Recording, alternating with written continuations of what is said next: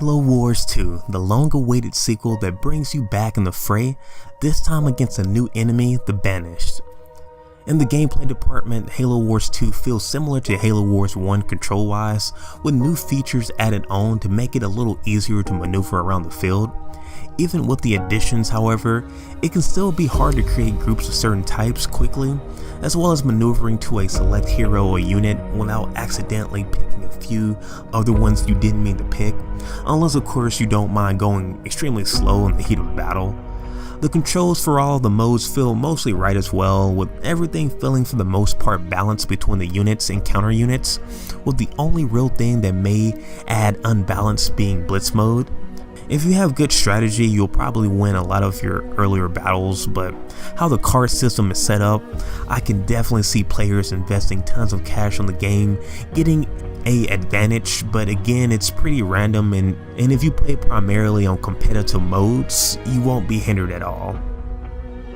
In the story department, Halo Wars 2 feels less epic than the original Halo Wars, but still an engrossing story nonetheless.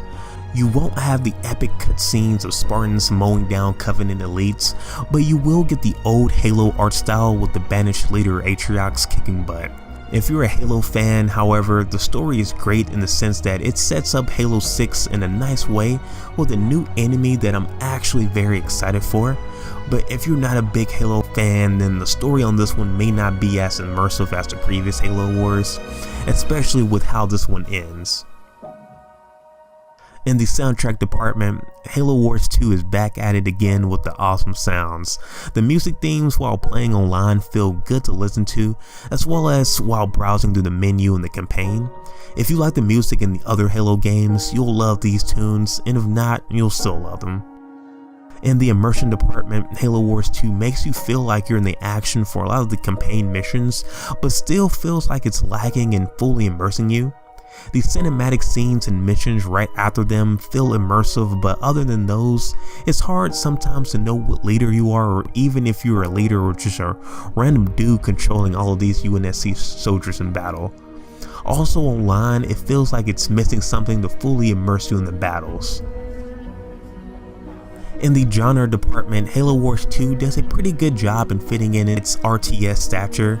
It isn't as advanced as keyboard and mouse games you play on your PC, but for a console one, it's pretty well made and great for starter RTS games before getting into more complex ones.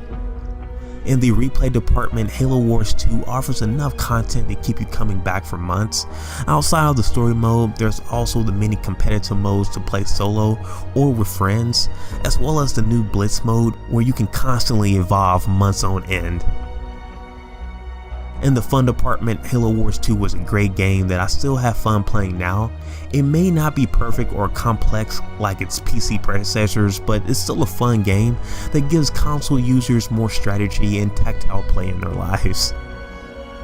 After calculating the scores,